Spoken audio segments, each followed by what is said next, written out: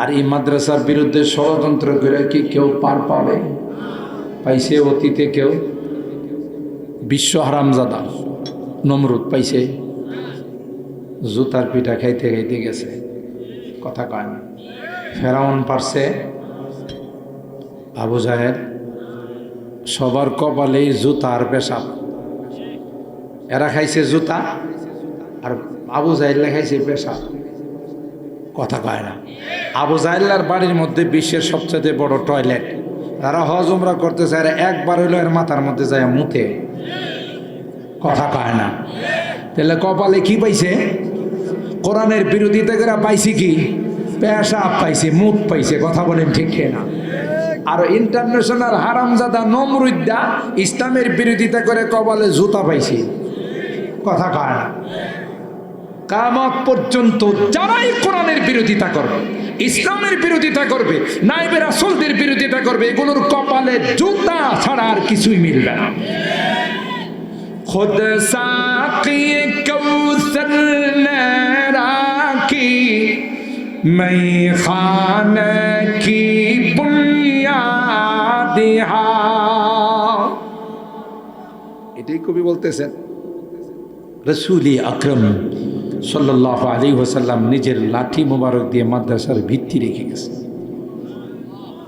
तारीख मुरातब करती है, तारीख मुरातब करती है दीवानों की रौदादिया,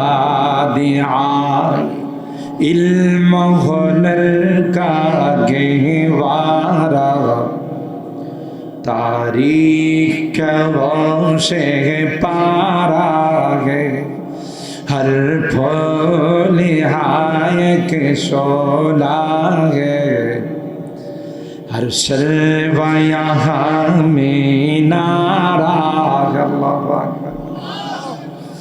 कोह सारी हाथ दब जाते हैं, तूफ़ान यहाँ रुक जाते हैं। তুই বেটা কি ষড়যন্ত্র করবে? তোর চেয়ে অনেক বড় বড় পাওয়ারফুল মগাগুলো ষড়যন্ত্র করছে, কামাই নাই।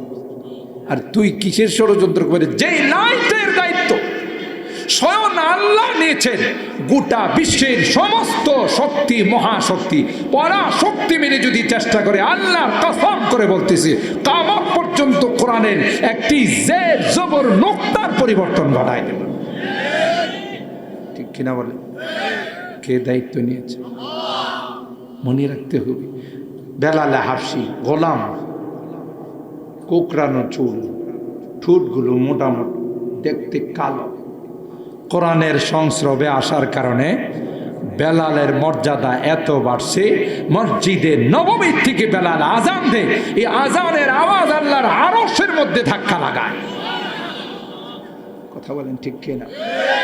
রুসমে আদাব रह गया आदान बेलाली न रही, फलसफा रह गया तलकीन गजाली न रही, फलसफा रह गया तलकीन गजाली न रही।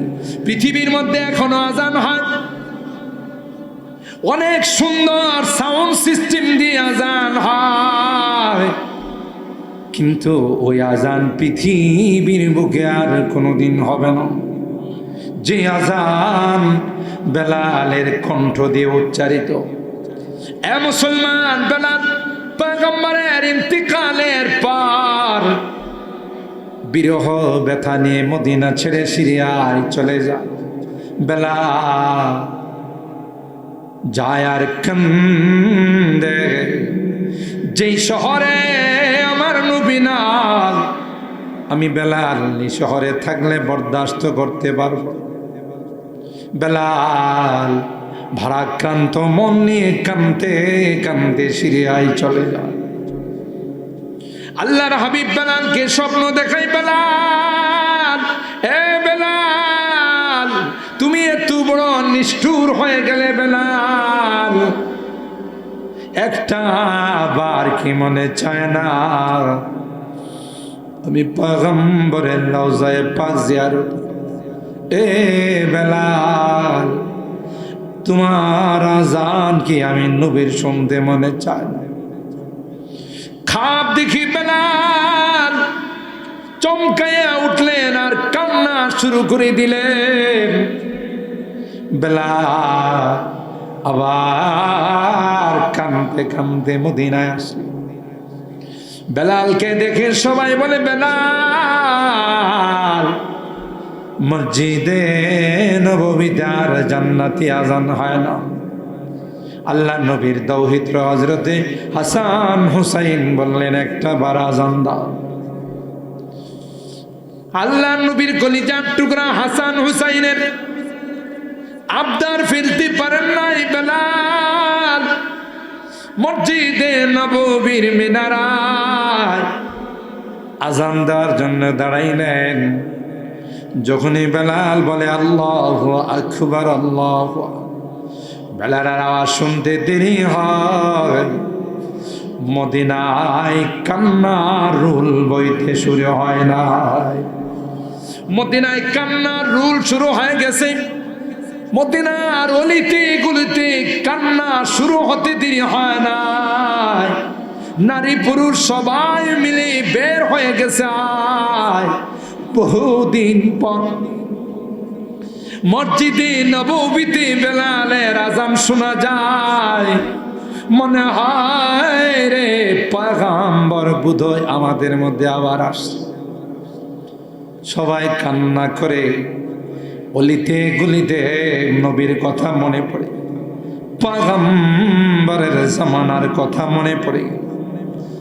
বেলাল ওই মিনারার মধ্যে আজান দিয়ে যখন আশহাদু আল্লা ইলাহা ইল্লাল্লাহ, তৃতীয় পর্যায়ে যখন বলল আশহাদু আন্না মুহাম্মাদার রাসূল, বেলাল আর স্থায়ী থাকতে পারে নাই।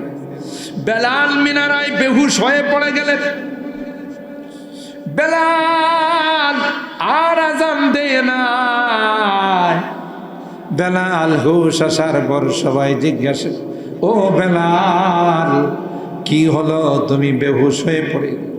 বেলাল কান্দে আর কয়, যখন আমার হাবিব ছিল গো, আমি এই বাক্যটা উচ্চারণ করার সময় আমার শাহাদত আঙ্গুল দিয়ে আমার নবীর দিকে ইশারা করি।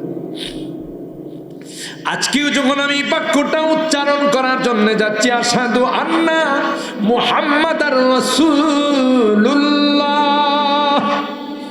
আমি ডাইনে তাকাই বামে তাকাই, না রে না, আমার নবীর মায়াবী চেহারাটা আর দেখা যায় না। তাই আমি আউট অফ দ্য কন্ট্রোল হয়ে গেলাম। এ মুসলমান, আল্লাহর হাবিব পবিত্র মেরাজে গিয়ে জান্নাতের মধ্যে বেলালের পায়ের আওয়াজ শুনে সুবহানাল্লাহ জোরে বলে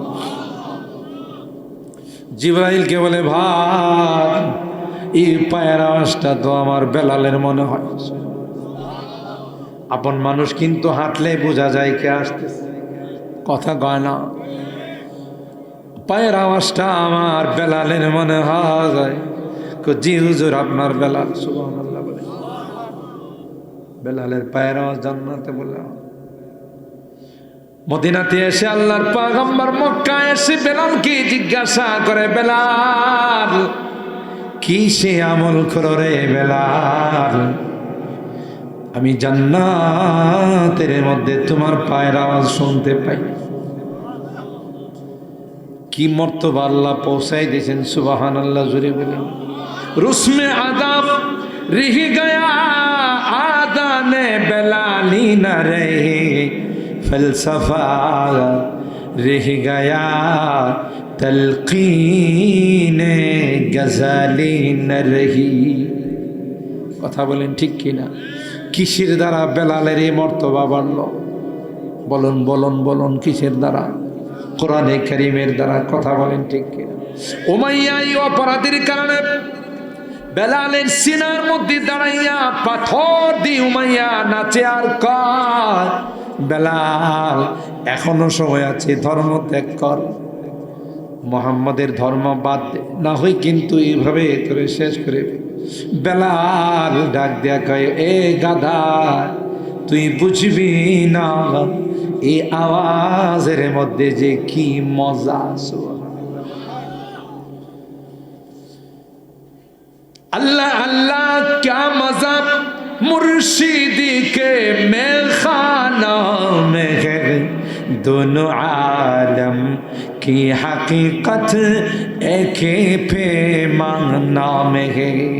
शमा में हिम्मत कहा जो तेरे परवानों में है, शमा में हिम्मत कहा जो तेरे परवानों में है, लुत्फ जीने में नहीं जल जल के मर जाने में है।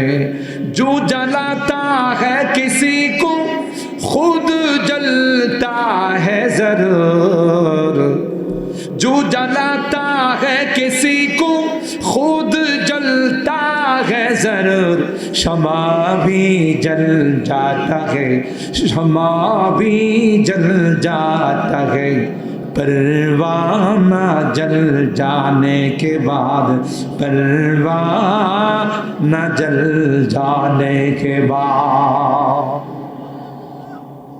যে আর একজন রে জ্বালায় নিজেও জ্বলে, কথা বলেন ঠিক কিনা? বেলাল ডাক দেখে, উমাইয়া ওই দিন বেশি দূরে নয় রে, যেদিন আমার তলোয়ার দিয়ে তোমাকে জবাই করব। কথা বলেন ঠিক না বেঠিক? এরকমের কায়া আল্লাহ পাল্টাইতে পারে কিনা? যাদেরকে গুম খুন করা হলো আয়না ঘরে রাখা হলো, যারা রাখছিল এখন কি এরা ভালো করে না আয়না ঘরে? কথা কন না। जो जलाता है किसी को खुद जलता है जरूर, शमा भी जल जाता है, परवाना जल जाने के बाद। মোমবাতি বঙ্গবাল জ্বালা, উনি কি থাকে না নিজেও জ্বলে? কথা কয় না।